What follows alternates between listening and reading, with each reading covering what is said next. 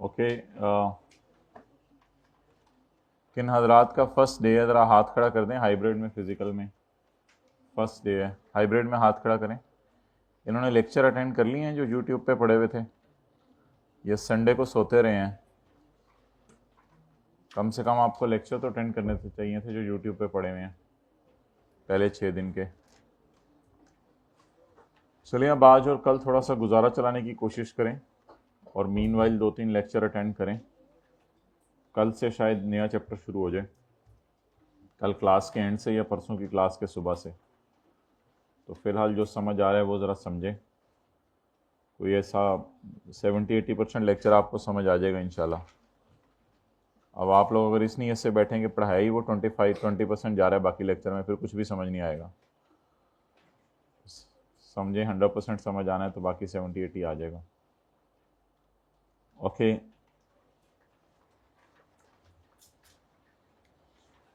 अच्छा जी, आ जाओ भाई, आगे आ जाओ। हम पास पेपर की डिस्कशन कर रहे थे। ये 4th रो में जगह बना दें, ये बैग उठा लें। हम पास्ट पेपर की डिस्कशन कर रहे थे। तो इसमें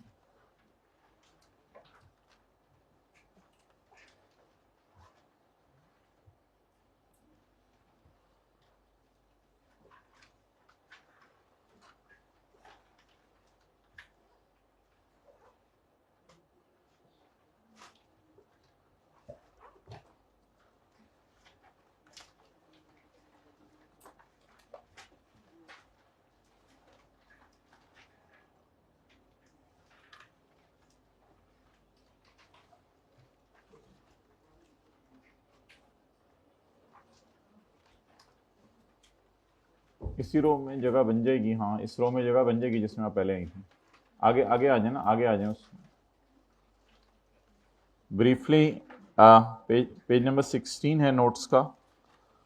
ब्रीफली डिस्कस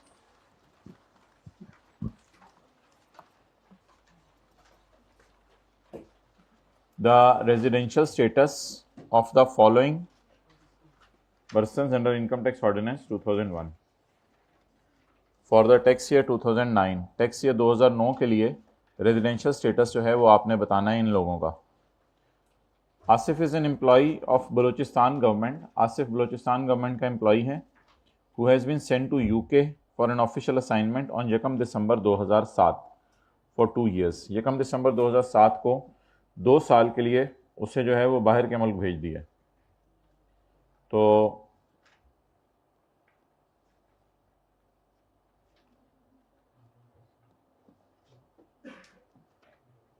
मोहतरम, जो हमारा साल शुरू होगा वो 1 जुलाई 2008 को शुरू होगा और ख़त्म होगा 30 जून 2009 को।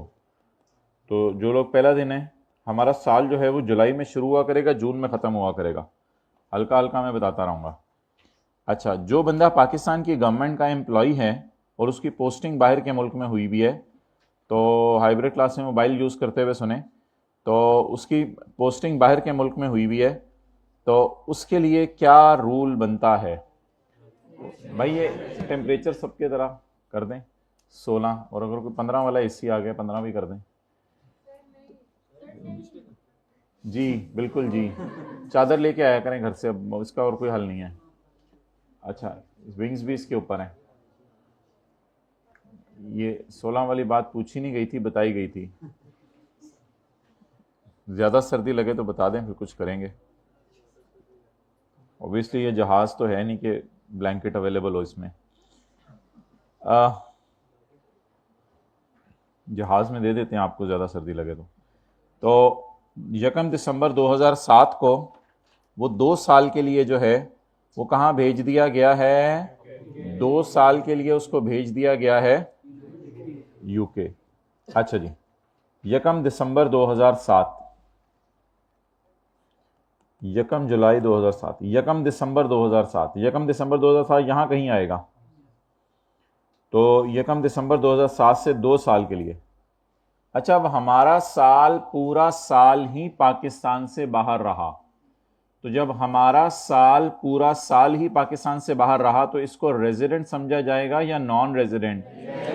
इसको रेजिडेंट समझा जाएगा। और जवाब हम ये देके आएंगे कि as he is an official of federal government और प्रोविंशियल गवर्नमेंट, इस केस में तो प्रोविंशियल गवर्नमेंट है, and posted abroad during the, therefore he will be considered as a resident individual, नहीं रेजिडेंट पर्सन नहीं, रेजिडेंट इंडिविजुअल, इसको resident individual समझा जाएगा।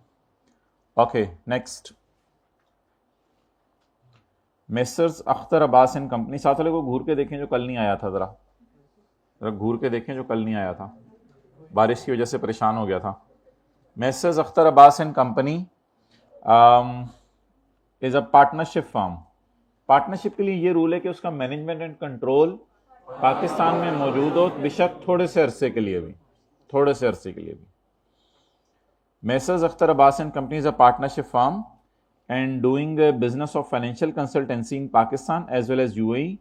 The management and control is situated partly in UAE and partly in Pakistan. तो भाई जो जिन हजरात का फर्स्ट डे है, जो AOP पार्टनरशिप फर्म ऐसी हो जिसका मैनेजमेंट एंड कंट्रोल थोड़ा सा भी पाकिस्तान में रहे, तो उस AOP को क्या समझा जाएगा? Resident AOP। उसको क्या समझा जाएगा? डेट्स वाइज को क्या समझा जाएगा? Resident AOP। क्वेश्चन नंबर 8, जिया के फादर फोत हो गए मार्च 2009 में, जिया के फादर की डेथ हो गई मार्च 2009 में। बीइंग द ओनली हेयर, ये उनका आखिरी और इकलौता और वाहिद बाल था। बीइंग, ये उनका आखिरी वारिस था, अकेला वारिस था। He received all his father business and assets, उसने फादर के सारे बिजनेस और एसेट्स, हाइब्रिड में पता चल रहा है कौन कौन बोल रहा है, अभी खड़े किया जाएगा तो फिर जरा क्लियर हो जाएगा उनको किधर से नजर आ रहा है। इन अगस्त 2009 में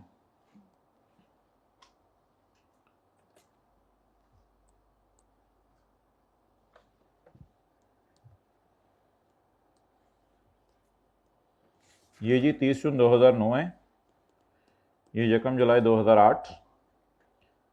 अब्बू की डेथ हुई है इधर,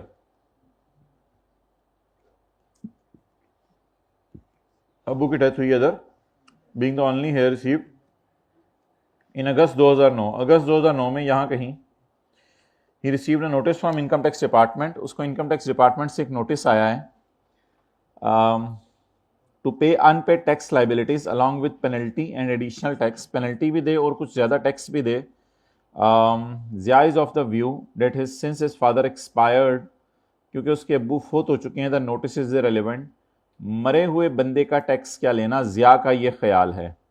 इन द बत्ती of income tax ordinance 2001 explain the correct, mobile use कर लें हाइब्रिड में 4th रो में, फिर हम आगे चलते हैं जी, शुक्रिया, रख दें आप, मेहरबानी। In the light of income tax ordinance 2001 explain the correct legal position of Zia with regard to his father's income tax liabilities and the related income tax। मोहतरम, उसने 2 सवाल पूछे हैं। पहला सवाल उसने ये पूछा है, discuss the correct legal position of Zia with regard to his father tax liabilities and related income tax proceedings. तो मोहतरम इसके जवाब के लिए हम तशरीफ लाएंगे चैप्टर 4 में, जो आपके साथ वाले के नेक हाथों के अंदर है। चैप्टर 4 के अंदर आते हुए जल्दी जल्दी जल्दी लीगल इंडिविजुअल का सेक्शन ढूंढे। अल्लाह अकबर। 87 का 1, legal representative of decide individual shell be liable, ये लायबिलिटी बतानी है।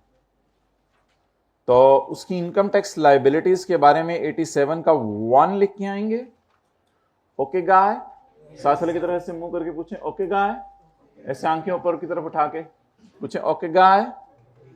अच्छा, इंग्लिश पे लगा है। And the related income tax, और उसके खिलाफ जो कोर्ट केस चल रहे हैं। And the related income tax proceedings. अच्छा, इनकम टैक्स प्रोसीडिंग्स का कहां जिक्र है? ये ओके, गुड गाइस, सारे गुड गाइस, ये बहुत जबरदस्त आप करते हैं। ये जो संडे आता है तो पिछले 6 दिन का जो आप इकट्ठा बैठ के रिवाइज करते हैं ना संडे को, दैट्स रियली ग्रेट। जो सैटरडे को पढ़ाया जाता है वो सैटरडे को ही पढ़ लेते हैं और संडे को पूरे 6 दिन का रिवाइज करते हैं। एंड नेक्स्ट संडे आप पूरे 12 दिन का रिवाइज करेंगे। That's really awesome. तो तैयारी तो ऐसे होनी चाहिए कि संडे को हम इतनी तैयारी करें कि अगर मंडे को भी आई कैप अनाउंस कर दे, भाई आज पेपर दे दो आके जल्दी से, तो हमारा पेपर तैयार हो। हर वक्त इस तरह की तैयारी होनी चाहिए।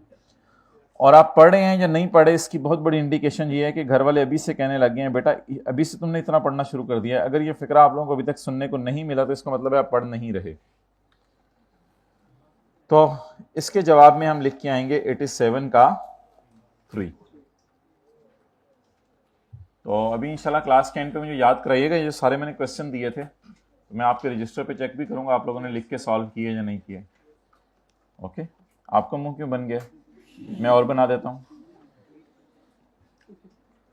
क्वेश्चन नंबर 10 का ए था। मिस्टर हैदर नहीं होता था वो हैदर खाला रशीदा का बेटा। Is a legal representative of his deceased uncle. अपने मरे हुए अंकल का लीगल रिप्रेजेंटेटिव है सिंस जनवरी 5, 2010। आपको पता है मौत का फरिश्ता 30 जून को तो नहीं आता, उससे पहले भी आ सकता है। लेकिन मौत का फरिश्ता किस टैक्स ईयर में आया है? 2010 में। हमारे लिए भी कभी आएगा। एंड मैनेजेस हिज जायदाद वर्थ ₹10 मिलियन। शायद एक दिन तक पहले हमें पता ना हो किसने आना है, कल आ रहे हैं हमें लेके जाने के लिए। And manages his estate worth ₹10 million approximately. On August 10, 2010 अब्बू के चले जाने के बाद, अंकल के चले जाने के बाद, he received 2 notice from the income tax department. Death किस साल हुई है? 2010 में। Submit details of income for tax year 2009 में। बताओ आपके अंकुल ने क्या क्या कमाया था, एक ये बताओ। दूसरा 12 मिलियन का टैक्स पे करो, क्योंकि 2007 और 8 का टैक्स आपने अंकल ने जाते हुए हुकूमत का टैक्स मारा था 12 मिलियन का। अंकुल छोड़ के गए 10 और टैक्स वाले टैक्स मांग रहे हैं 12। एडवाइज मिस्टर हैदर को मशवरा दें कि तजहीज़ो तकफीन के लिए क्या सामान चाहिए होगा। नहीं sorry, about the extent of his in respect of income earned by his. उसके अंकल ने जो इनकम कमाई है उसमें हैदर की एक्सटेंट बताएं, एक्सटेंट बताएं। एक्सेलेंट। 87 का 2। The liability of the Heather shall be limited to the extent of uncle's estate। साथ वाले भी कभी कभी अंकल बनने की कोशिश करता है, uncle's estate, जब बहुत ज्यादा आपको जो है वो मशवरे दे रहा हो। आगे also advise, ये भी मशवरा दें। also advise him, उसको ये भी बताएं कि about his obligations relating to tax assessment proceedings pending or arising against his uncle। tax proceedings pending or arising। pending का क्या मतलब है?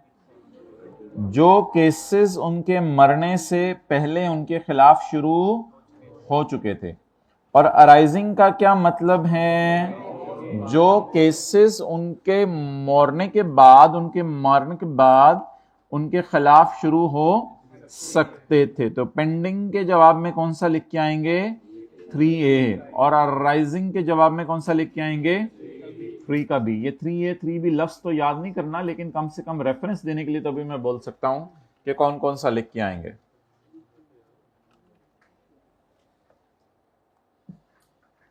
ओके 87 के 3 का A, 87 के 3 का A ये पेंडिंग है, और अराइजिंग 87 के 3 का B।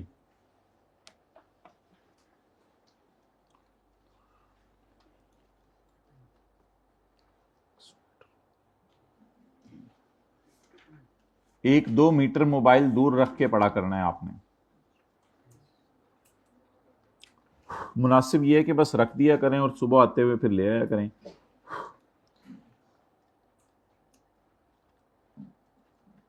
वाईफाई की तो ऑप्शन ही किसी तरह डिसेबल कर दें ताकि कोई डी ट्रैक होने का डर ही ना हो।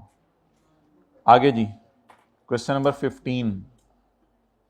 बस ये थोड़ा सा ज़माना है, आपको पता है। इससे घर वाले कहते थे मैट्रिक कर लो आगे मज़े हैं, फिर कहते थे एफएससी कर लो आगे एक दफ़ा अच्छे नंबर आ जाए तो मज़े हैं।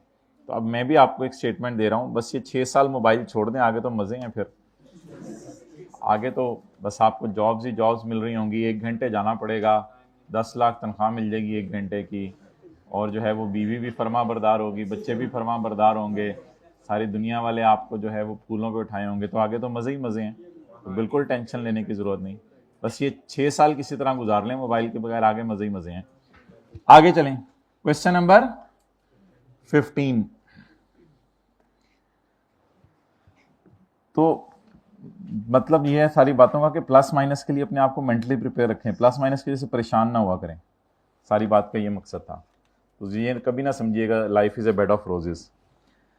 State the provisions of income tax ordinance 2001, income tax ordinance 2001 की प्रोविजंस बताएं for determining the residential status of an AOP. AOP का रेजिडेंशियल स्टेटस मालूम करने के लिए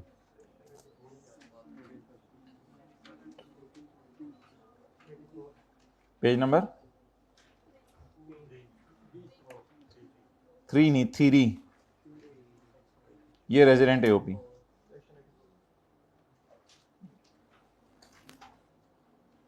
ये सेक्शन 84, इंस्पायर्ड पाकिस्तान लिमिटेड, और बातें नहीं करनी please. Inspired Pakistan limited wants to change its accounting year from 30 June to 31 December. पहले का ईयर था 30 जून, आप क्या करना चाह रहे दिसंबर। As the income year of its अब्बू company in USA ends on, क्योंकि इसकी जो अब्बू कंपनी है उसका ईयर एंड भी कब हो रहा है 31 दिसंबर को। Now the question is advise IPL को मशवरा दें अबाउट द रिक्वायरमेंट ऑफ खालाजी का ordinance regarding the change of tax year from, एक बंदा टैक्स ईयर चेंज करवाना चाह रहा है या group of persons tax year change करवाना चाह रहे हैं? एक बंदा।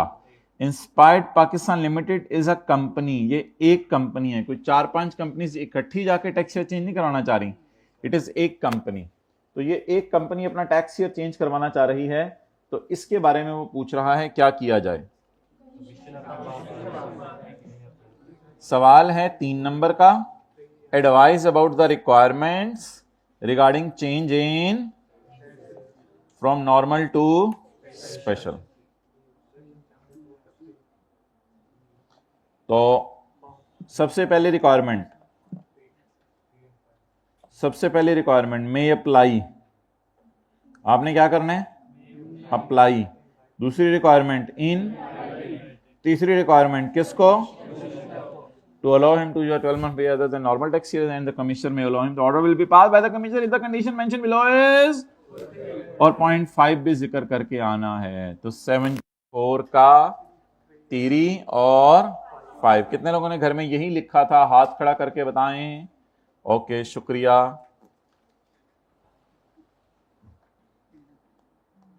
मैं अगर आपके साथ होता तो आपको कंधे पे थपकी देता।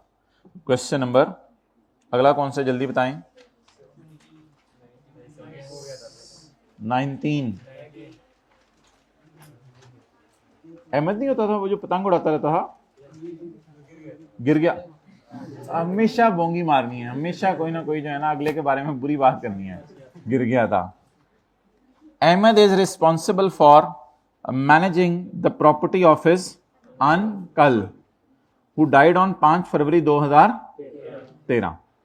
फरवरी के महीने में अंकल बैठे हुए थे, 5 फरवरी को शाम को 4 बजे मौत का फरिश्ता आया, भाई तशरीफ ले चलें, अब आप बहुत रह लिया आपने इस दुनिया में। द अप्रॉक्स, अंकल कहते रहे कि मुझे ये अमल कर लेने दो, तोबा कर लेने दो, भाई अब चांस खत्म है। The approximate worth of property is 7 million. Approximate worth of property is 7 million. 7 million की प्रॉपर्टी है उसकी। इन अगस्त 2000, बड़े हैवी अंकल हैं सारे अभी तक आ रहे, कुछ 7 मिलियन को 10 मिलियन को। In August 2013 a notice was received from income tax department. August 2013 में, ये मुझे लगता है कोई 5-6 महीने बाद तकरीबन टैक्स वाले जाग जाते हैं लोगों के मरने के बाद। तो अ notice was received from income tax department in the name of his uncle requiring details of his income for 2012 along with a tax in respect of previous year amounting to 8.5। पिछले साल का 8.5 टैक्स जमा करवाएं आप, छोड़ के गया 7। सवाल की रिक्वायरमेंट है एक्सटेंट ऑफ अहमद लाइबिलिटीज, तो ये तो वही बात है। अब इसमें हम लिख के आएंगे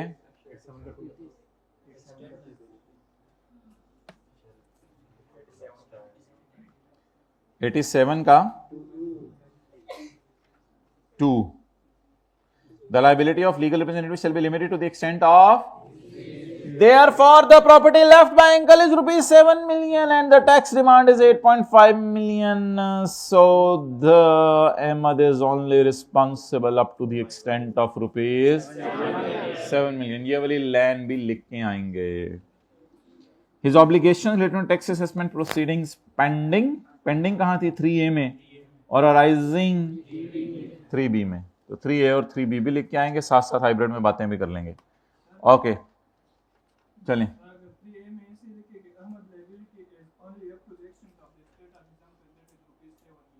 हाँ ठीक है, गुजारा चलेगा. Question number 21. The income tax department the income tax department initiating a proceeding against Mubeen. Mubeen के खिलाफ एक केस चल रहा था और उसको एक डिमांड नोटिस भेजा. डिमांड नोट होता है यानी पैसे मांगना, डिमांड पैसे मांगना. उसे डिमांड नोट भेजा रिक्वायरिंग हिम टू पे द आउटस्टैंडिंग. आउटस्टैंडिंग होता है कोई पुरानी अमाउंट को देने वाली इसकी रहती थी.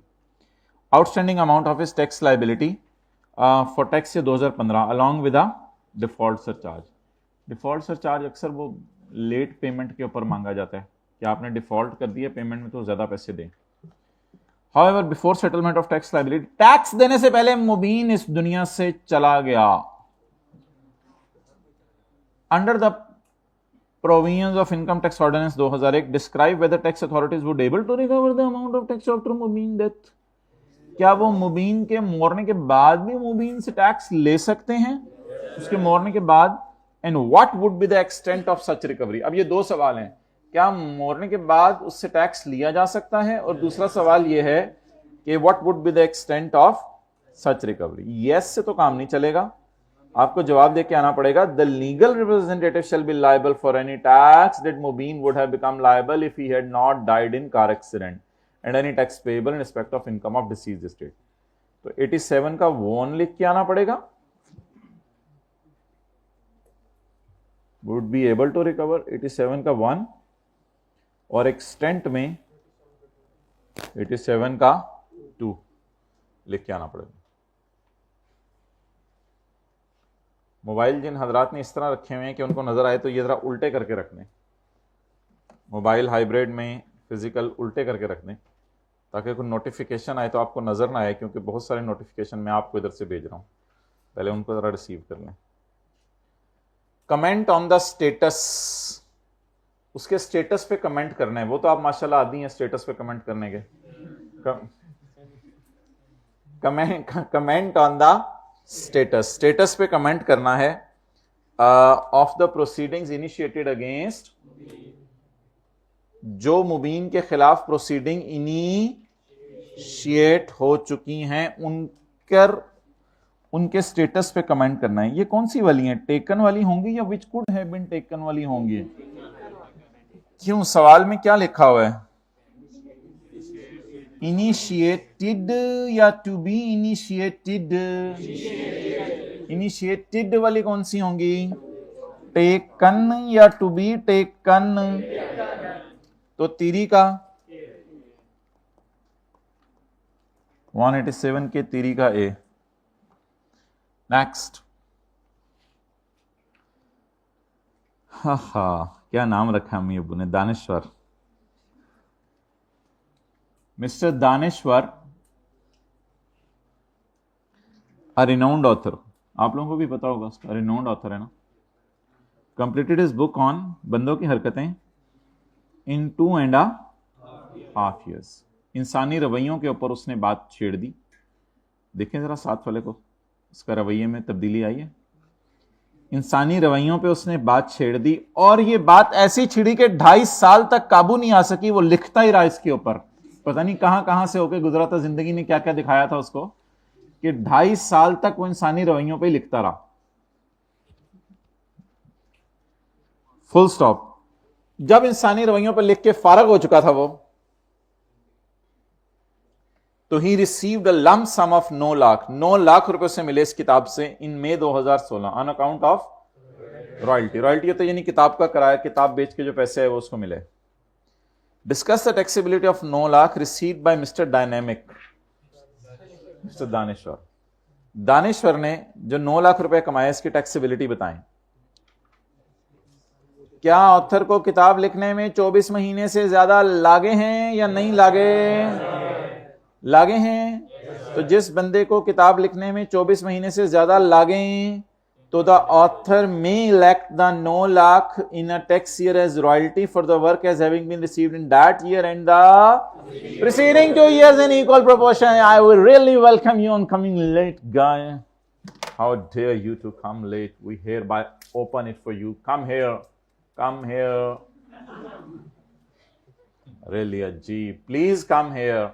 Enjoy it and then have a seat. I'm ordering you. You're supposed to obey this order. Come slowly and steady. Why are you so late? Place your hands here.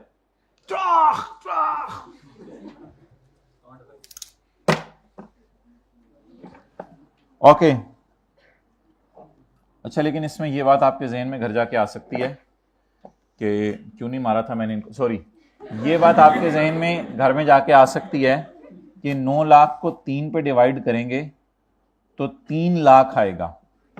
और शायद आपको याद हो, अगर किसी दिन ख्वाब में आपके टेबल आया है तो शायद आपको याद हो कि 0 से 6 लाख वाले पर टैक्स नहीं बनता। तो जब 0 से 6 लाख वाले पर टैक्स नहीं बनता तो प्रॉबेबली इसको ये फायदा होगा, जब आप ये 9 लाख को 3 से डिवाइड करके 3 लाख को 3 सालों में डालेगा तो the tax payment will be 0। लेकिन ये बात को यहां करने की जरूरत नहीं है एज सच, लेकिन आपके समझने के लिए आपको बता रहा हूं।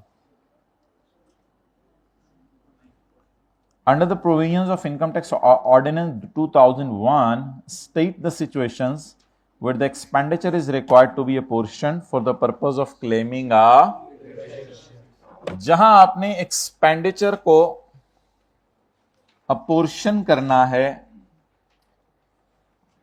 जहां आपको एक्सपेंडिचर अपोर्शन करने की जरूरत महसूस हो उसकी सिचुएशंस बता दें। जहां आपको खर्चे तकसीम करने की जरूरत महसूस हो उसकी सिचुएशन बता दें। इसके लिए कौन सी क्लास अटेंड करनी पड़नी थी? पिछली वाली।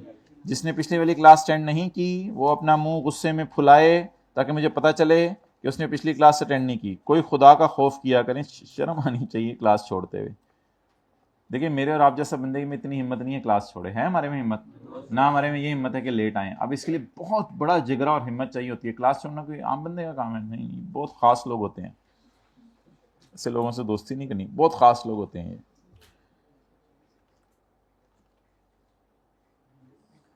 ये सिचुएशन नंबर 1 क्या है जब खर्चे पोर्शन करने हैं?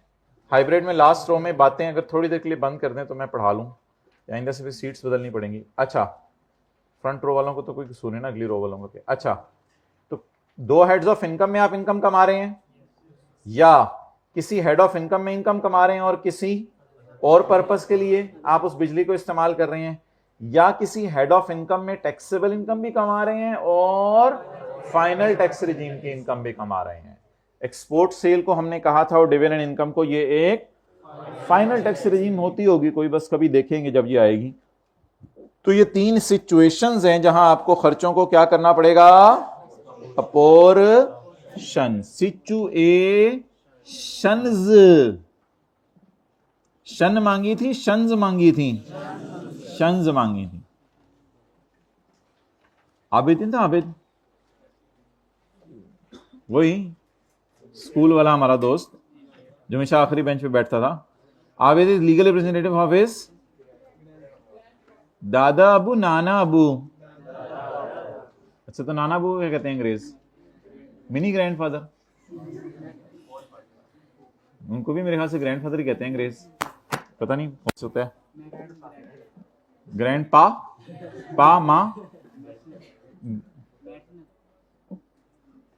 मैं Abid legal grandfather 28 million. Check the level of grandpa. On 22 January 2009, he received a notice from the income tax department. ये देखें 5-6 काफी अरसे बाद टैक्स वाले जागे हैं, तकरीबन कुछ 1.5 साल बाद टैक्स वाले जागे हैं। Arising A notice from income tax department requiring him to make a payment of 0.8 million against his grandfather's income for 2007. ये तो बहुत थोड़े पैसे मांगे हैं, ग्रैंडपा का बड़ा लेवल था, 0.8 मिलियन उसका टैक्स जमा करवाओ। नोटिस ऑल्सो रिक्वायर कि 2008 में उसने क्या कमाया ये बताओ, 2007 का टैक्स जमा कराओ और 8 में क्या क्या गुल खिलाए हैं दादाबू ने ये बताओ, यानी क्या क्या कमाया है ये बताओ। दो बातें पूछी हैं। Required, advise nothing. अच्छा आप अपना लेवल देख रहे हैं, आपसे एडवाइस मांगी जा रही है। Advise Abid about his obligations, उसकी जिम्मेदारियां relating to tax assessment proceedings pending और अराइजिंग अगेंस्ट हिज। भाई ये बात सिर्फ प्रोसीडिंग्स तक उसने महदूद रखी है और कुछ पूछा ही नहीं, इसलिए हम सिर्फ 3A। भाईजान जो पहले दिन आए हैं वो भी बता सकते हैं अगले का जवाब क्या, राइजिंग का भी इतनी दफा देख लिया है। 3B, तो 3A और 3B जवाब के अंदर देंगे। Abid obligations relating to tax assessment proceedings, Abid ने पैसे कितने देने ये नहीं पूछा जा रहा, आबिद की जिम्मेदारी रिलेटिंग टू प्रोसीडिंग्स। अगर सिंपल पूछा होता ना obligation relating to tax assessment ना लिखा होता, टैक्स असेसमेंट प्रोसीडिंग ना लिखा होता, खाली टैक्स असेसमेंट लिखा होता, तो फिर 7 का 1, फिर 87 का 1। अगर लिखा होता about is relating to tax obligations या टैक्स असेसमेंट, फिर वो 1 लिख के आते, वरना कौन सा लिख के आना है। ओके, अगला सवाल कौन सा था। अच्छा अब आप हजरात कल वाला निकाल लें जो हम यूज कर रहे थे, अपॉर्शनमेंट ऑफ डिडक्शंस। साथ वाले के सर पे शफकत का हाथ रखें, हाइब्रिड क्लास में प्लीज, फिजिकल में भी साथ वाले के सर पे शफकत का हाथ रखें। आप थोड़ा सा हिलाएं सर को प्यार मोहब्बत से, छोड़ दें अब उसको उसके हाल पे छोड़ दें।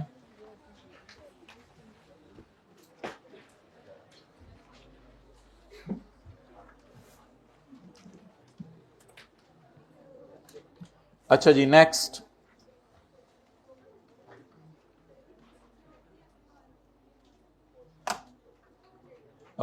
पेज नंबर बता दें कौन सा है। 11।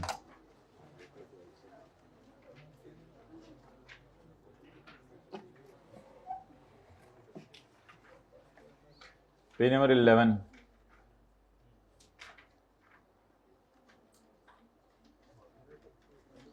बबलू 12। अच्छा कई दफा किसी चीज की तफसील अगर टैक्स वालों ने देनी हो तो वो उस चीज की तफसील देने के लिए रूल्स बना देते हैं। क्या बना देते हैं? रूल्स।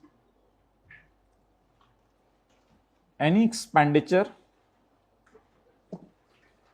अच्छा जो हजरात कल नहीं आए थे जरा देखें, जरा ना देखें, सारा ही देख लें। ऐसी कोई मुश्किल बात नहीं है। जिन हजरात का फर्स्ट डे दुनिया क्लास में देखें, हमने कहा था कि एक बंदा है उसकी 2 दुकानें हैं, बिल्कुल सादा सी बात है, बड़ा अटेंटिवली अब जिनका फर्स्ट डे है वो सुनिएगा। एक साहब है उनकी 2 दुकानें हैं, एक पाकिस्तान में एक कनाडा में। पाकिस्तान की दुकान से सेल है 3 लाख, कनाडा की दुकान से सेल है 7 लाख।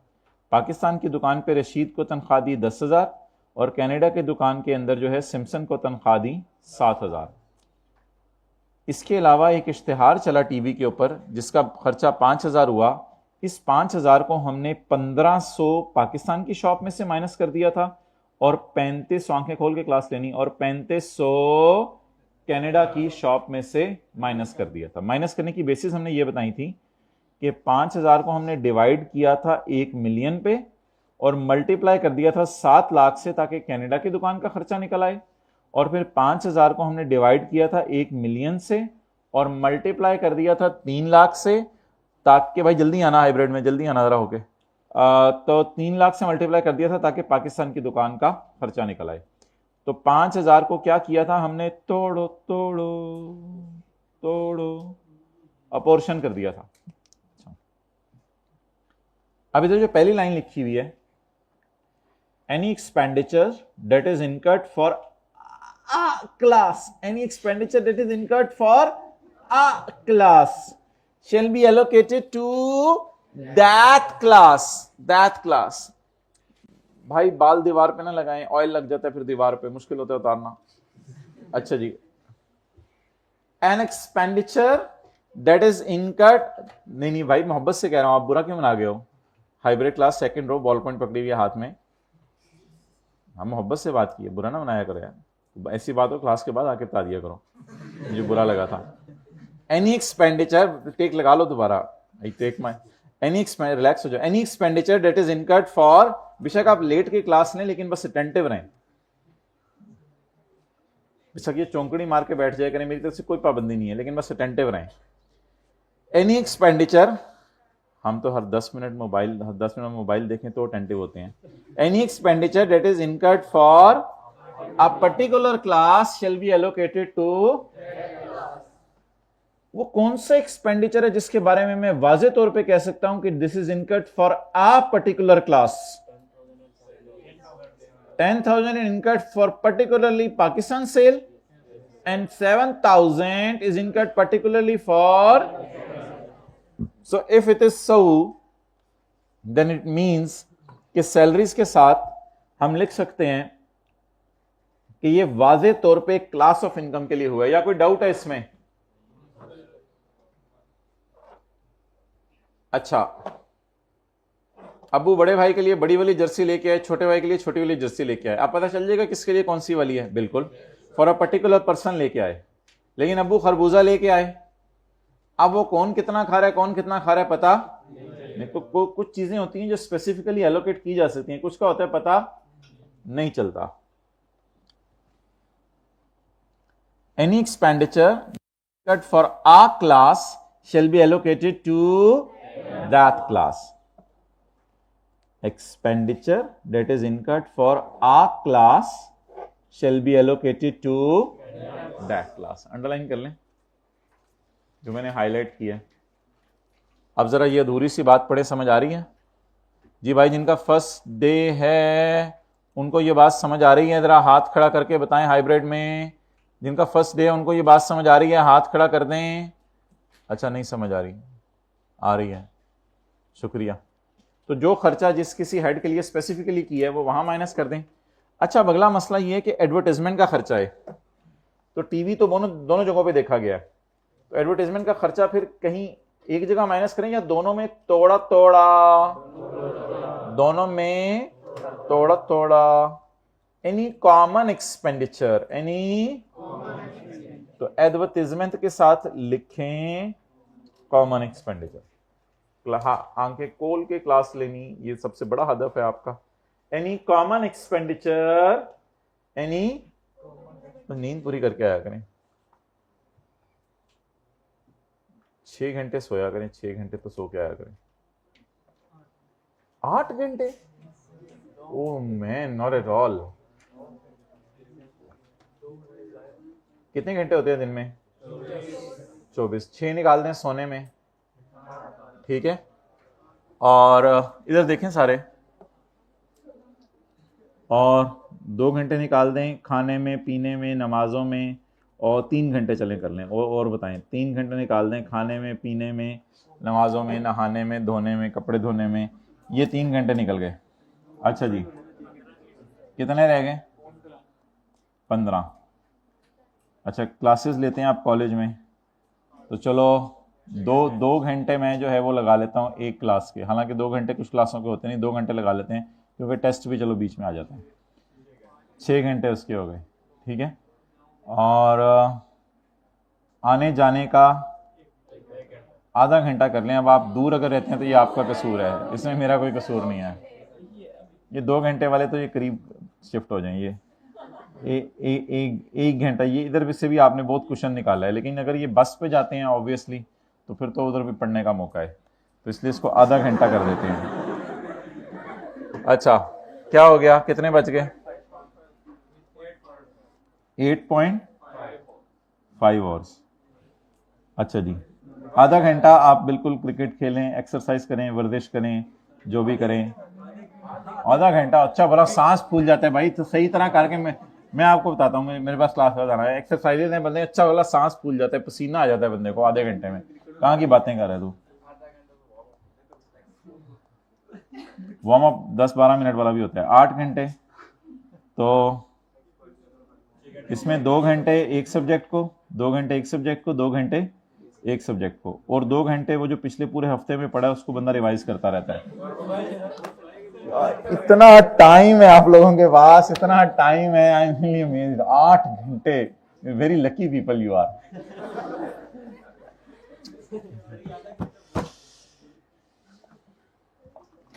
अभी यहां से भी आपने थोड़ा सा क्वेश्चन निकाला था, चलें।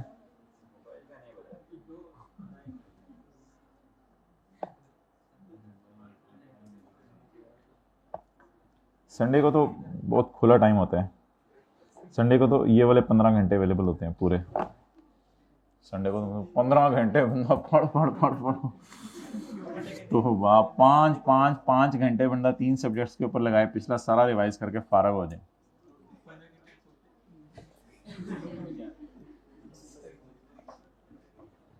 Very lucky people you are, माशाल्लाह। Point number 3, any common expenditure. पता नहीं मेरे 15 कहाँ चले जाते हैं, मुझे तो कल समझ नहीं आई मेरे 15 कहाँ जाते हैं। और वीक डे मेरे तो नहीं 8 होते, पता नहीं ये कहाँ कहाँ की बातें करें, मेरे तो नहीं 8 होते। जी जी बोलें, नहीं बोलना, ठीक है। Point number 3, any common expenditure,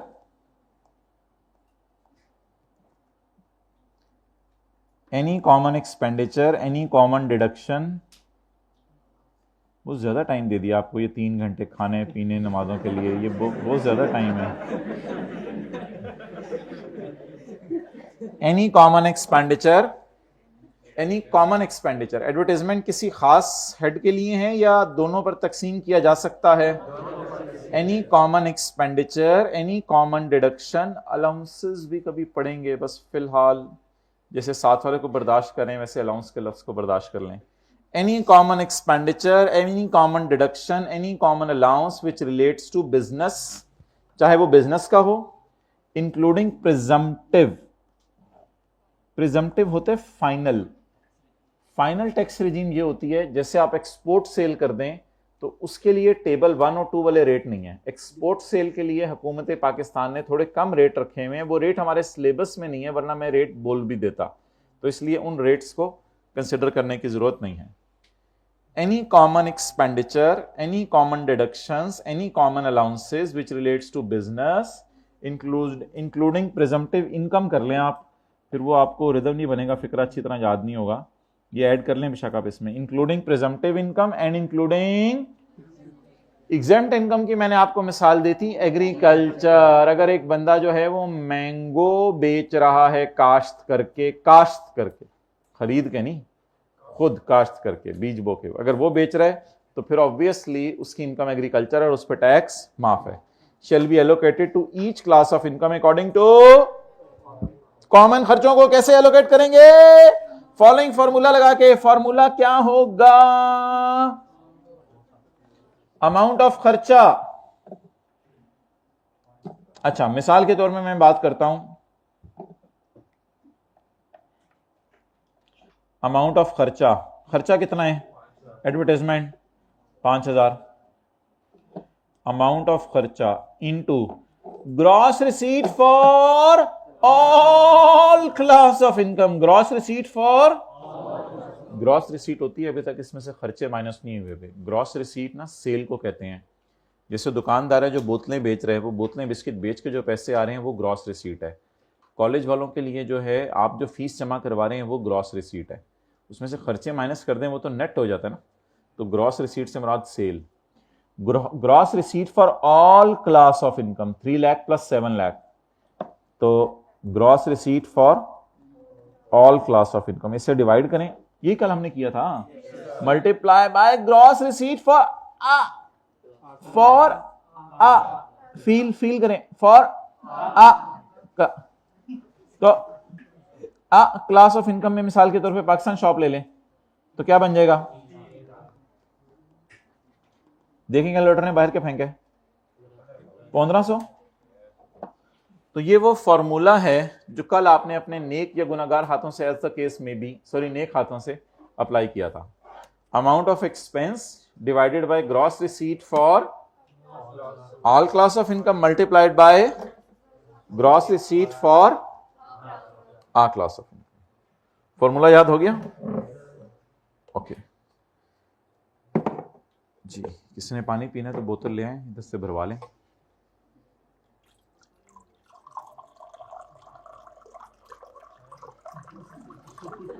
क्या कह रहे हैं?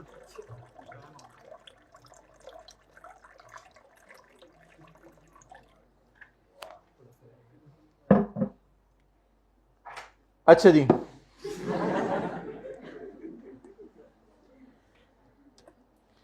ग्रॉस रिसीट का मतलब देखें। ग्रॉस रिसीट का थोड़ा थोड़ा हाइब्रिड में मोबाइल यूज करते हुए साथ साथ जरा ग्रॉस रिसीट का मतलब देखें। असल में जब आप लोग ऐसे मुतवज्जे हो जाते हैं ना, बिल्कुल ऐसे,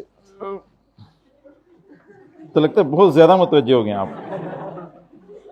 मोबाइल तो आपका नजर नहीं आ रहा होता, वो तो आप एक्सपर्ट हैं छुपाने में, लेकिन आप लोग अक्सर आंखें नीचे करें फिर शायद बच जाएं। आप पूरा सारी नीचे कर लेते हैं, तो आप इस तरह ट्राई कीजिएगा अंदर, फिर शायद बचत हो सकती है। Gross receipts are receipts without deduction of. Gross receipts वो रिसीट्स होती हैं, लेकिन इसकी थोड़ी प्रैक्टिस करनी पड़ेगी घर में, मुंह ऐसे रख के आंखें ऐसे, प्रैक्टिस से ही होगा। Gross receipts are receipts without deduction of expenditure. Gross receipts वो रिसीट्स होती हैं जब तक खर्चे माइनस, तो ग्रॉस रिसीट के आगे लिखें मतलब cell.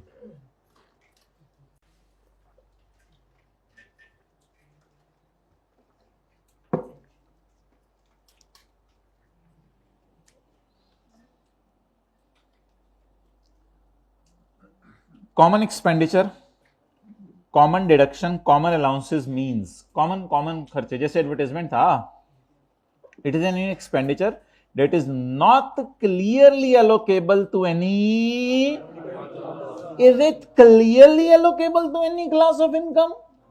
Is 5,000 is clearly allocable to any class of income? It is not clearly allocable, so we will allocate it on the basis of gross receipt, that is sale. Allocable, not clearly allocable, but these salaries are clearly allocable, but this 5,000 is not clearly allocable. अच्छा, where a person is earning net commission, ये मैं बाद में करता हूं।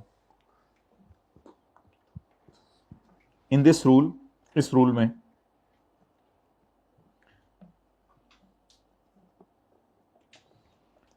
असल में हमारे लॉ का नाम है इनकम टैक्स ऑर्डिनेंस 2001। इसमें कुछ चीज़ें समझ नहीं आई थी, इसलिए हुकूमत ने निकाले थे इनकम टैक्स रूल्स 2002। रूल्स इतने ज़्यादा हमारे सिलेबस में नहीं है, ज़्यादा ऑर्डिनेंस ही हमारे सिलेबस में है। इसमें होते हैं सेक्शन, सेक्शन 1, सेक्शन 2, जैसे पहले दिन हमने सेक्शन 74 पढ़ा था टैक्स ईयर, और इसमें होते हैं रूल्स। तो अभी हम क्या पढ़े हैं? Rule number 13। तो ये ज़रा नोट कर लें साथ वाले के माथे पे ताकि उसको याद रहे। इधर करो बेटा, फोरहेड।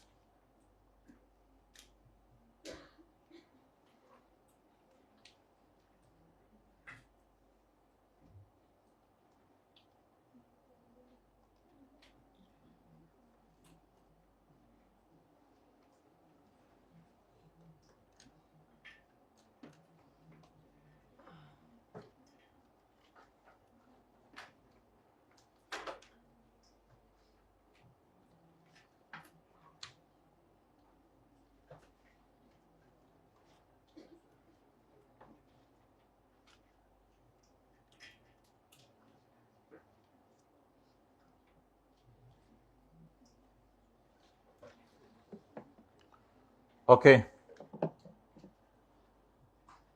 जी, हाइब्रिड में देख लें मोबाइल, पहली रो में देख लें, 1 मिनट और देख लें। ठीक है, शुक्रिया। चलें जी, आगे चलते हैं। आप लोगों से घंटा डेढ़ इधर नहीं गुजरता मोबाइल के बगैर, तो मैं कैसे यकीन कर लूँ कि घर में यार 15 मिनट मोबाइल के बगैर गुजर रहे हो? मेरा नहीं ख्याल। इतने लोगों को मसला है हर 5-10 मिनट बाद रहा। ये कब से है मसला? मैट्रिक्स से?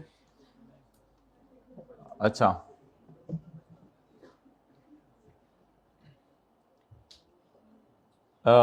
Class of income. Class of income means Pakistan and foreign source income. Class means की इनकम के टाइप्स। अच्छा, ये जो मैंने आपको डायग्राम दिखाई थी, इसमें जो salary, business, capital gain, property, other source है ना, ये हेड्स ऑफ इनकम है। लेकिन इन सब का नाम उसने रख दिया है क्लास ऑफ। तो आज नया नाम हमने देखा क्लास ऑफ इनकम्स। इनका नाम क्या था? Heads of income. और इन सब का नाम class of income. Salary, business. अच्छा, बिजनेस दो किस्म का होता है, स्पेक्यूलेशन और नॉन स्पेक्यूलेशन। ये किस चैप्टर में हम पढ़ेंगे? बिजनेस के चैप्टर में, कि बिजनेस दो किस्म का होता है। एक बिजनेस होता है स्पेक्यूलेशन बिजनेस, और एक होता है। इन दोनों में क्या फर्क है ना मैंने पहले 6 दिन से जो आ रहे हैं उन्हें बताया, ना जो आज पहले दिन आ रहे हैं उनको बताना है। ये क्लास में हाँ एक बंदे को पता है, टीचर को। इसके बाद इनकम फ्रॉम, इसके बाद इनकम फ्रॉम, इसके बाद income from property, income exempt from agriculture, income chargeable as separate block. का मतलब है इस पे सेपरेट रेट लगेंगे। कुछ इनकम्स ऐसी होंगी लॉ में जिन पे, इनकी मिसालें मैंने आपको नहीं दी, इनकी मिसालें आने वाले दिनों में लेंगे। इनकी मिसालें मैंने आपको नहीं दी, इसलिए इसको छोड़ें अभी कि ये कौन सी हैं जिन पे सेपरेट रेट लगने हैं। इनकम फॉलोइंग अंडर, उसकी एक मिसाल लिखें डिविडेंड इनकम, जिसके ऊपर तफसील से बहस कल हम करेंगे। और एक मिसाल लिखें एक्सपोर्ट सेल, बाहर के मुल्क में आप चीजें एक्सपोर्ट कर रहे हैं।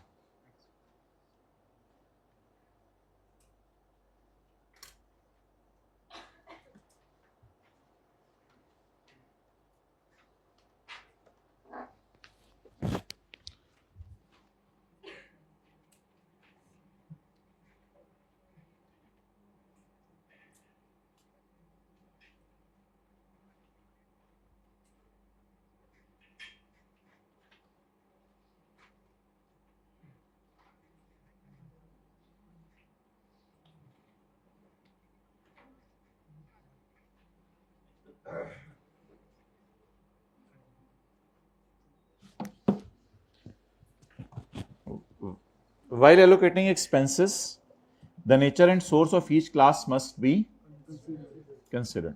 तो खर्चों को एलोकेट करते हुए नेचर और सोर्स समझने की जरूरत है। देखें ना, आप दुकान है, हो सकता है उसमें बिजली बहुत ज्यादा इस्तेमाल हो रही हो, लेकिन घर में बिजली, अब आप ये कह दें कि बिजली का बिल आया है तो 50,000 इसका बिल है, 50,000 इसका बिल है, लाख टोटल है, तो ये तो अजीब सी बात होगी। तो जब भी खर्चों को पोर्शन करना है तो किस चीज का ध्यान रखें? नेचर और साइज, सोर्स का, यानी कहां से आप खर्चा कर रहे हैं। उससे थोड़ा सा आपको एक फेयर आइडिया हो जाता है कि किसको ज्यादा खर्चा एलोकेट करना है, किसको कम। कुछ दोस्त खाना खाने जाए, आपको पता है हमेशा ही ज्यादा अच्छा। तो वाइल एलोकेटिंग एक्सपेंसेस, खर्चों को अपोर्शन करते हुए, the nature and source of each class must be considered. The basis for allocation of expenditure deduction allowances should be certified by a chartered accountant. ये जिस तरह आपने खर्चे अपोर्शन किए हैं, इस कैलकुलेशन को सीए से चेक करवाएं। इस कैलकुलेशन को सीए से चेक करवाएं। इस कैलकुलेशन को सीए से चेक करवाएं। The basis for allocation of expenditure, deduction and allowances should be certified by a CA or a cost and this certificate shall be accepted by commissioner, और commissioner इस certificate को क्या कर लेगा, accept कर लेगा। This certificate shall be accepted by commissioner unless there is a significant variation from allocation, unless के significant variation हो। अच्छा, फर्ज करें कितना खर्चा हमने एलोकेट किया था, 5000। 5000 का एक टुकड़ा था 1500 और दूसरा था 3500, तो फर्ज कर लें करेक्ट फिगर है 1500, ठीक है। टैक्स पेयर ने 1500 की बजाय फिगर कैलकुलेट की 1600। अब ये 1600 में 100 रुपए की गलती है, ये 100 रुपए की गलती एक्सेप्टेबल है, कोई मसला नहीं। जिसे आप कहते हैं ना थोड़ा बहुत चलता है, तो ये थोड़ा बहुत चलता है, लेकिन ये हर जगह ना बोला करें थोड़ा बहुत चलता है, कुछ जगह नहीं चलता थोड़ा बहुत। अच्छा, तो यहां थोड़ा बहुत चलेगा, जैसे 1500 और 1600 का डिफरेंस है 100। इस 100 रुपए को जरा अकल लगा के कंपेयर करें, 10% से कम है 1500 का 10%, 150, 150 से 100 कम है, तो इसलिए ये गलती एक्सेप्टेबल है। अगर करेक्ट जवाब है 1500 और आपने कैलकुलेशन में लिख दिया 1800, तो ये डिफरेंस कितने का आ गया, 300 का, और 10% तक गलती एक्सेप्टेबल थी, यानी 150 रुपए तक, और आपने 300 रुपए की गलती कर दी। ये गलती एक्सेप्टेबल है या अनएक्सेप्टेबल है? मेरे ख्याल से शायद समझ आ गई हो थोड़ी थोड़ी। अगर 1250 आपने कर दिया तो 1500 और 1250 का डिफरेंस 250, इसका 10% 150, 150 से 250 बहुत ज्यादा है, इसलिए बड़ी गलती की है, छोटी गलती की है, इसलिए ये एक्सेप्टेबल। लेकिन अगर 1450 हो जाए, यानी 50 का फर्क आ रहा है, तो 1500 का 10% 150, 150 से 50 कम है, तो बड़ी गलती छोटी मोटी गलती, तो ये गलती क्या होगी, एक्सेप्टेबल होगी। नोट करो।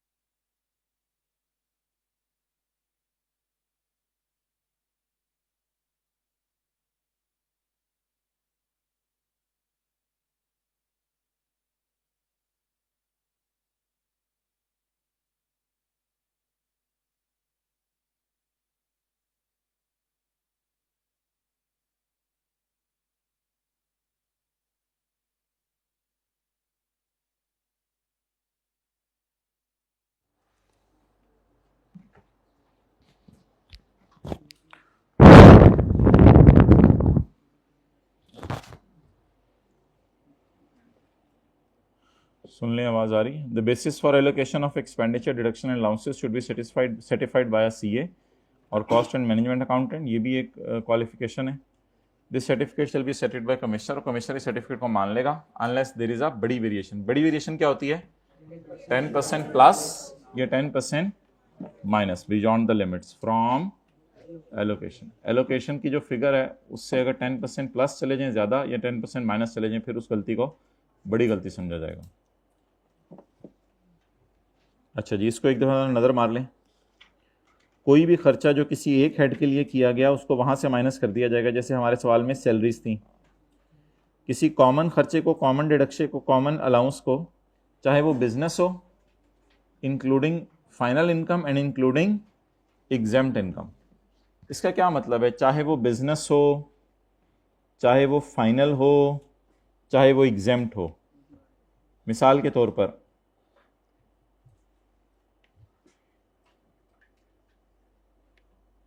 आप ग्राउंड फ्लोर के ऊपर टॉयज बेच रहे हैं, बिजनेस कर रहे हैं। फर्स्ट फ्लोर के ऊपर आपने एक्सपोर्ट सेल का कारोबार शुरू किया हुआ है, ये भी बिजनेस है, एक्सपोर्ट सेल का कारोबार शुरू किया हुआ है। और छत के ऊपर आपने मिट्टी डाल के, आजकल छत पे भी लोग मिट्टी डालते हैं जैसे कब्र में डालते हैं, तो छत के ऊपर मिट्टी डाल के आपने पौधे उगाए हुए हैं और उनको बेच रहे हैं, एग्रीकल्चर इनकम। तो अब बिजली का जो बिल आएगा उसके कितने हिस्से करने पड़ेंगे, 3। बिजनेस को भी एलोकेट करना पड़ेगा। मैंने कल कहा था एक्सपोर्ट सेल फाइनल टैक्स या प्रिजम्पटिव इसका नाम है, और एग्जेम्प्ट इनकम को भी बिजली का बिल एलोकेट करना पड़ेगा। तो ये मिसालें हैं जहां खर्चे एलोकेट करने पड़ सकते हैं। और खर्चा एलोकेट कैसे करना है, बोलें, amount of expenditure divided by gross receipt for all class of income multiplied by gross receipt for our class of income. Gross receipts का मतलब होता है ऐसे पैसे जिसमें से अभी तक खर्चे minus. Common expenditure means expenditure that is not clearly allocable to any class of income. और फिर आगे हेड्स ऑफ इनकम उसने बता दिए हैं, उसमें क्लास ऑफ इनकम्स बताया, बल्कि क्लास ऑफ इनकम में हेड्स ऑफ इनकम से ज़्यादा चीज़ें आ रही हैं।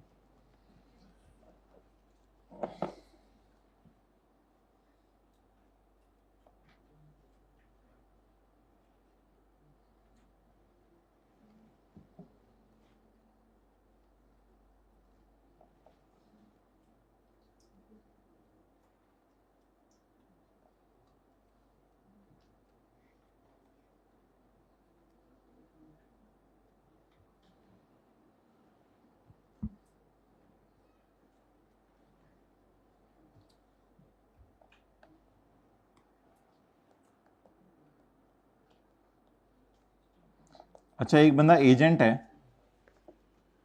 एजेंट का काम क्या होता है, खुद चीज़ें खरीद के बेचना या किसी की चीज़ें बेचना। एजेंट का काम क्या होता है, खुद अपनी चीज़ें खरीद के बेचना या किसी की चीज़ें खरीद के बेचना। मिसाल के तौर पे एक एजेंट है, उसने बताया कि मैंने सेल की है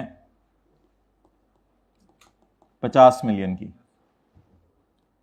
इसमें मेरा 2% कमीशन है। तो बताइए जी 2% कमीशन कितना बना, 1 मिलियन। अब सवाल यह है कि ये जो सेल है ग्रॉस रिसीट एजेंट के लिए, शुड इट बी टेकन 50 और should it be taken 1?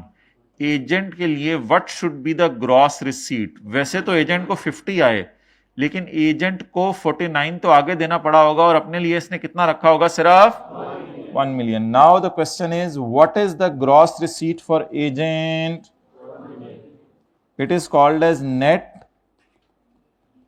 Commission and it is, बोले, ग्रॉस, नहीं ग्रॉस, हाँ ग्रॉस रिसीट या ग्रॉस प्रॉफिट कर दो। इसका नाम उसने नेट कमीशन भी रखा है, ग्रॉस प्रॉफिट भी रखा है। अजीब सा नाम, उसने ग्रॉस प्रॉफिट रखना नहीं चाहिए था। बहरहाल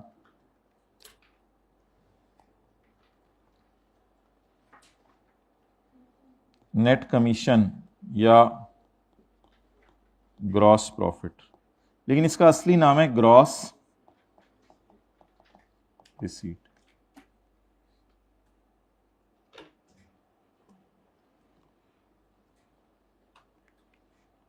फॉर एजेंट, वैसे तो शायद उसको 50 आया है, लेकिन एजेंट के लिए ग्रॉस रिसीट क्या है?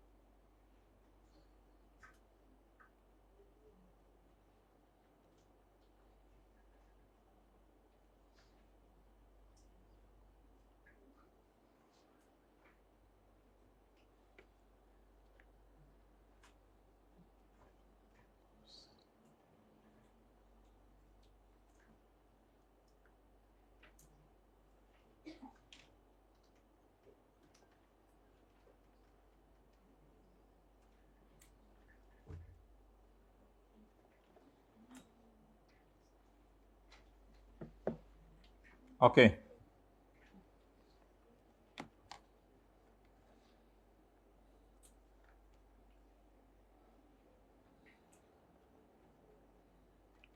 Cell 50 million, 2% commission 1 million. ये नेट कमीशन है या ग्रॉस प्रॉफिट है या ग्रॉस रिसीट फॉर एजेंट है?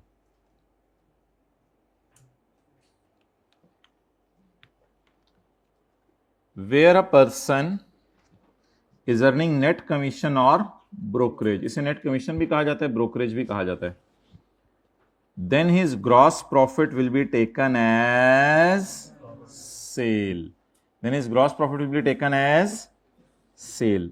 ये टर्नओवर ना, टर्नओवर इसको कहते हैं सेल को, लेकिन असल में अब इसके लिए सेल वो नहीं है। His gross profit will be taken as sale, his sale will not be taken as sale, his gross profit will be taken as sale. I repeat, his sale will not be considered as sale, rather his gross profit will be taken as sale. Assume किया जाएगा, हालांकि cell तो इसकी 50 है, his gross profit will be taken as sale. gross profit कितना? 1 million.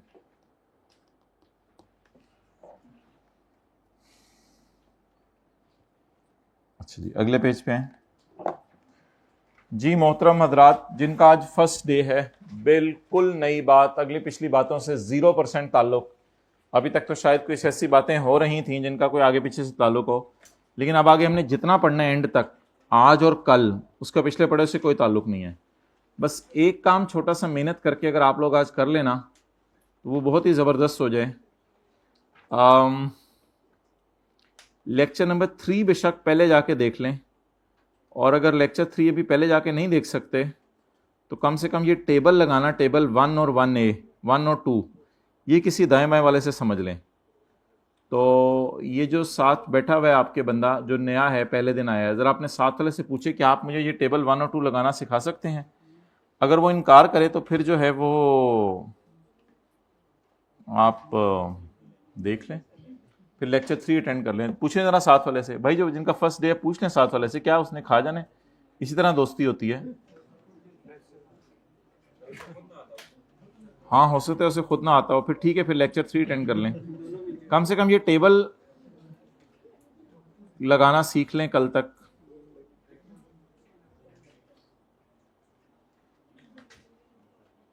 बल्कि ज़रूरी सीख लें। हो सकता है लेक्चर 3 में शुरू में कोई 5-10 मिनट और बातें भी हों, लेकिन आगे टेबल ही टेबल है जी।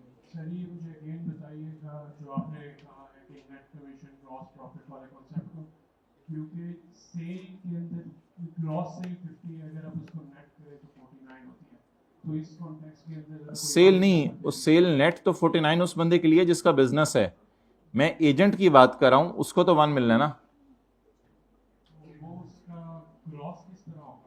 उसको तो मिलना ही 1 है, उसको तो मिलना ही 1 है। उसके लिए ग्रॉस नेट तो कुछ है ही नहीं, बस ये 1 ही 1 है बस। हाँ जी, जिसका सेल हो उसके लिए 50 है, उसके लिए 50 है, वो फिर 1 मिलियन खर्चा माइनस कर रहा है, लेकिन उसके लिए 50 sale. Okay, fair market value. अच्छा जी, डिफरेंट चीज़ों की फेयर मार्केट वैल्यू हमें मार्केट में देखनी पड़ती है। कभी कोई आप प्रॉपर्टी खरीदने जाते हैं तो उसकी भी फेयर मार्केट वैल्यू होती है। फेयर मार्केट वैल्यू होती है जो मार्केट में उसकी कीमत लग रही है आजकल। कई दफ़ा ऐसा होता है कि आप कोई चीज़ रेंट पे लेने जाते हैं, मिसाल के तौर पे आप रूम रेंट पे लेने जाते हैं, उसकी भी क्या होती है? Fair market value. कई दफ़ा कोई एसेट बाजार से खरीदते हैं, उसकी भी क्या होती है? कई दफ़ा आप सर्विस लेते हैं, जैसे डॉक्टर की सर्विस लें तो डॉक्टरों की फीस अलग अलग होती है, उसकी भी एक फेयर वैल्यू होती है। कई दफ़ा कोई भी बेनिफिट और परक्विजिट, अगला बंदा आपको कोई भी फ़ायदा देता है, परक्विजिट और बेनिफिट एक ही मतलब है इनका। तो कोई भी बंदा आपको फ़ायदा देता है तो परक्विजिट मीन्स बेनिफिट, तो उस बेनिफिट की भी क्या होती है? फेयर वैल्यू होती है। कोई आपको लिफ्ट दे दे, उसकी फेयर वैल्यू होती है कि यार इतने में क्रीम कितने में कहाँ लेके जा सकती है। तो हर बेनिफिट की, हर एसेट की, हर सर्विस की, हर किराए की, हर प्रॉपर्टी की कोई ना कोई फेयर वैल्यू होती है। At a particular time shall be the price, ये वो प्राइस होती है which will ordinarily be fetched on sale or supply in the open market at that time. अगर आप इस चीज को ओपन मार्केट में बेचें तो ये कितने की बिकेगी, अगर इसको ओपन मार्केट में बेचें तो ये कितने की बिकेगी. So that will be the fair market value. The fair market value of any property or rent, any asset, service, benefit or perquisite at a particular time, किसी भी वक्त shall be the price, ये वो price होती है जो कि ordinarily receive की जाती है उस चीज को बाजार में बेचने पर, इन द ओपन मार्केट. किस वक्त? एट दैट टाइम, जिस वक्त आप उस चीज को बेचें. आमिर ने एक कंप्यूटर खरीदा 70,000 रुपए का और अंजुम को बेच दिया है जब उसकी WDV 40,000 थी. वैसे बाजार में इस कंप्यूटर की फेयर वैल्यू 42,000 है. आप बता दें what will be the fair value in this case? 42,000. बाकी फिगर तो अजीब सी है ना, कॉस्ट है और WDV है, तो कॉस्ट में से डेप्रिसिएशन माइनस की होगी तो WDV आई होगी ना. तो PRC तो किया हुआ है मेरे ख्याल से आप लोगों ने, तो WDV आई होगी. तो WDV को BV भी कहते हैं. तो हमें कॉस्ट और BV तो नहीं चाहिए, अभी हमें क्या चाहिए? Fair value.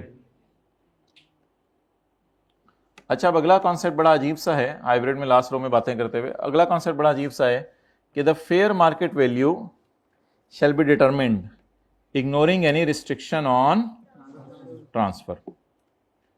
That is really अजीब.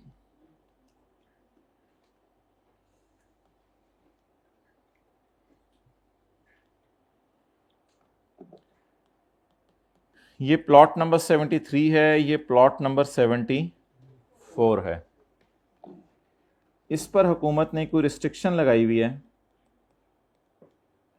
कि ये प्लॉट जो है वो बिक नहीं सकता अभी, क्योंकि हो सकता है यहाँ पर हुकूमत ने ब्रिज बनाना हो, यहाँ पे हुकूमत ने कोई टनल बनानी हो, कोई फ्लाईओवर बनाना हो, कोई अंडरपास बनाना हो.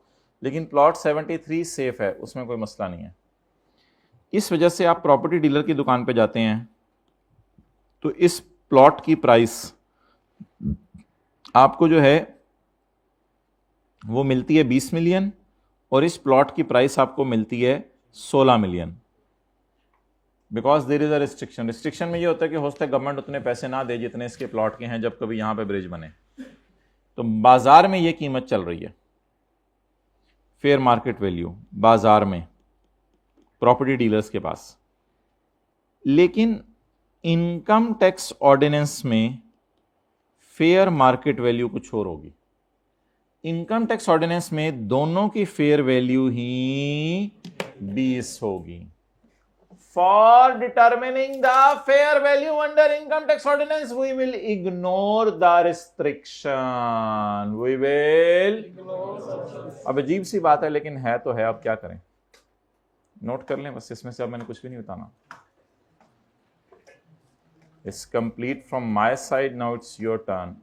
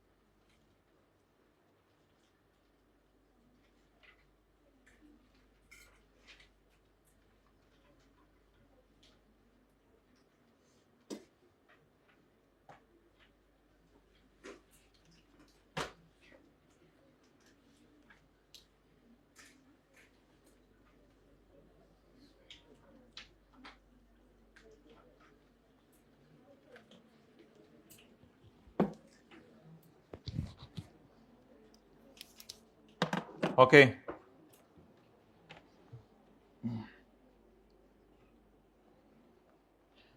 आगे चले. The fair market value shall be determined ignoring any restriction on fair market value इनकी डिटरमिन की जाएगी ट्रांसफर पर रिस्ट्रिक्शन इग्नोर करके। बोले फेयर मार्केट वैल्यू डिटरमिन की जाएगी इग्नोरिंग रिस्ट्रिक्शन ऑन ट्रांसफर। अच्छा, कई चीजें ऐसी होती हैं जिनकी फेयर वैल्यू जो है ना डिटरमिन नहीं की जा सकती। कई चीजें ऐसी होती हैं जिनकी फेयर वैल्यू डिटरमिन नहीं की जा सकती कैश में। मिसाल के तौर पे होंडा एटलस कार है, वो लोग कहते हैं कि हमारे पास एक मशीन है जिससे गाड़ियां बनाते हैं। अब वो जो होंडा एटलस कार की मशीन है, क्या वो किसी के काम की है? नहीं। टोयोटा वाले तो अपनी गाड़ी का डिजाइन है, मॉडल है, उन्होंने तो अपनी मशीन बनाई होगी।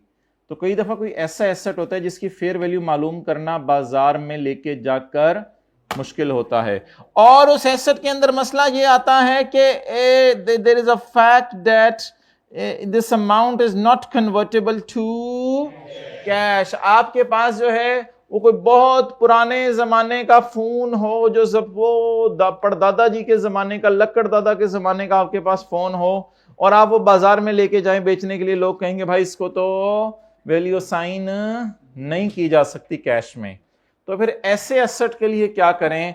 कहते हैं मैं आपको कोई मशवरा नहीं दे रहा, मैं आपकी ये बात इग्नोर कर दूंगा कि इसको कैश में कन्वर्ट नहीं किया जा सकता, आप जबरदस्ती कैश में कन्वर्ट करो। वो फिर कैसे करेंगे चलें कल देखते हैं, फिलहाल आप पॉइंट 1 भी करके आ जाएंगे तो मेरी नजर में काफी है।